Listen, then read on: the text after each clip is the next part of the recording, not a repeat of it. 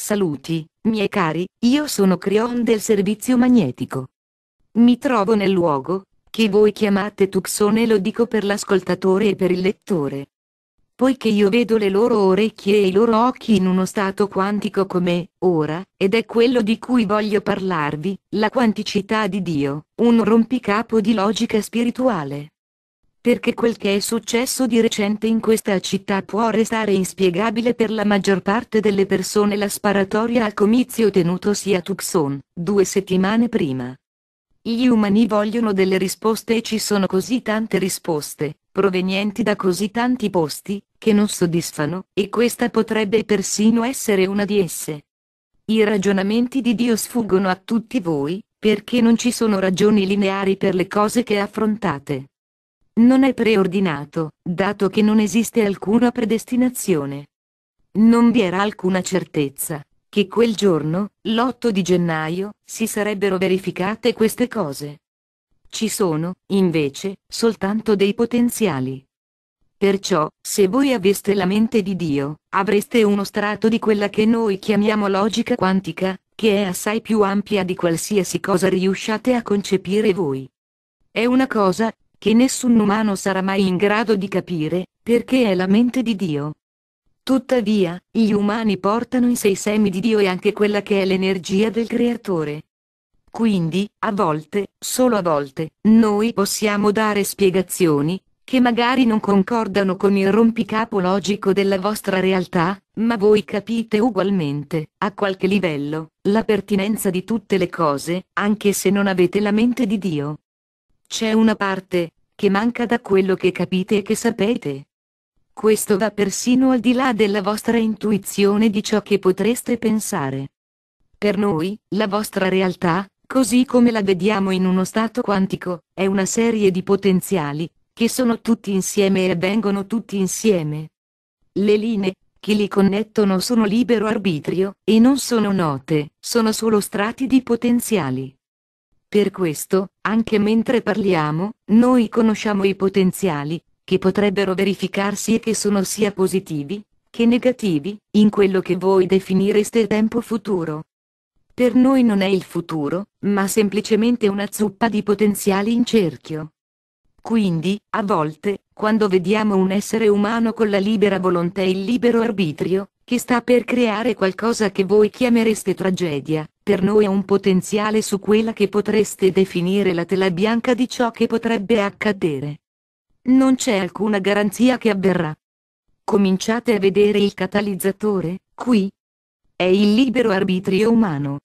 Eppure, gli strati della logica dello spirito creano spesso qualcosa di positivo da qualcosa che voi potreste vedere come negativo. Ci sono sovente delle energie di compensazione, che risultano positive e buone per il pianeta ed è questo il rompicapo che avete davanti, perché sembra che Dio sia coinvolto in queste cose, anche se non è Dio che le ha create. Perciò, molti direbbero Dio c'entra con la tragedia. Com'è potuta succedere? Perché Dio ha lasciato che accadesse?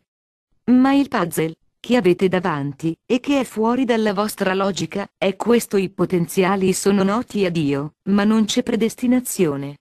Gli umani possono andare dritti dentro qualsiasi cosa creino.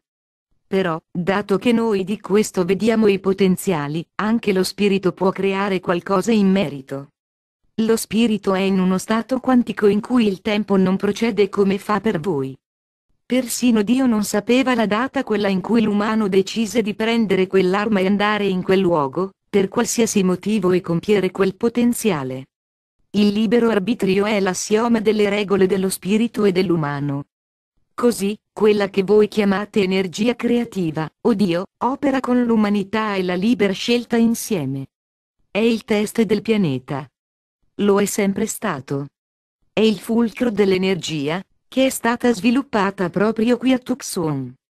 Ma voi ancora non sapete come funziona, quindi entrate nel giudizio, al di fuori della portata di tutta la conoscenza di cui avete bisogno per prendere una decisione come quella. Voi guardate solo alla 3D, l'energia della tragedia. So che per voi è complicato e che gran parte di quel che ho detto non è comprensibile. Quindi, diciamo solo, che la logica di Dio va oltre la vostra comprensione, dato che essa non rientra in quello che voi pensate sia il modo in cui vanno le cose. La logica della rana che salta. Vi porterò un esempio. Si tratta di un racconto classico, che viene utilizzato nelle lezioni di logica, ancora oggi, nelle vostre scuole.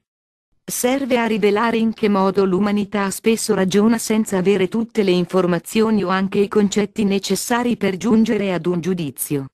È una parabola. C'era una rana campionessa. E questa rana campionessa era stata addestrata a saltare quando il suo proprietario gridava salta. La causa e l'effetto furono stabiliti. La rana saltava ogni qualvolta il proprietario gridava salta. Fu fatto un esperimento e si pose la domanda: che succederebbe se togliessimo le zampe alla rana? E così fecero.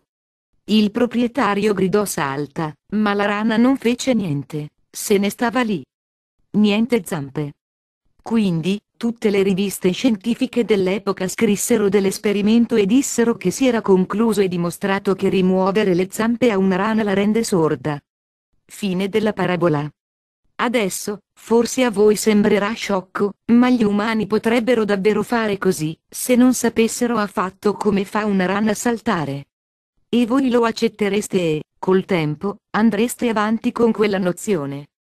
Per quanto possa sembrare sciocco, è un esempio del fatto che non sapete quello che non sapete. E, quindi, la vostra logica non è la logica di Dio. Non avete la mente di Dio, ma avete l'amore di Dio. State imparando, perché l'amore di Dio è un grande maestro. Ora, io siedo in un luogo di anime progredite e le cose, che potrei dirvi io già le sapete. Avete già affrontato questa tragedia e ci state già lavorando con la logica spirituale. Comprendete già una parte del rompicapo, che avete dinanzi e siete molto più avanti di me. Ma ci sono persone all'ascolto, o che leggono, che hanno bisogno di sentirlo dire, in modo da mettersi dove siete voi e prendere quello che sembra un evento doloroso e abominevole e trasformarlo, invece, in un'energia compassionevole, che aiuterà questo pianeta in modi positivi. C'è un'energia in atto su questo pianeta, proprio ora, che è diversa da qualsiasi energia precedente. Qui stanno cominciando a succedere delle cose.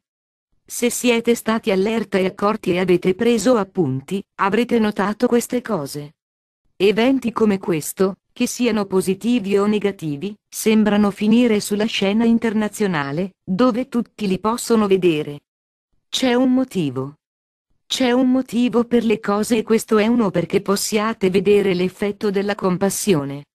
Vi abbiamo detto che questo pianeta viene imbevuto della nuova energia attraverso la griglia cristallina degli antichi, da coloro che vivono ora, dalle decisioni della convergenza armonica e dall'allineamento del 2012 che danno tutti gli stessi messaggi.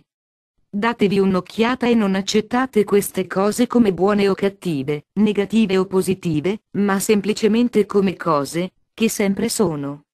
Guardate le cose che vi piacciono e quelle che non vi piacciono, poi decidete che cosa fare di esse.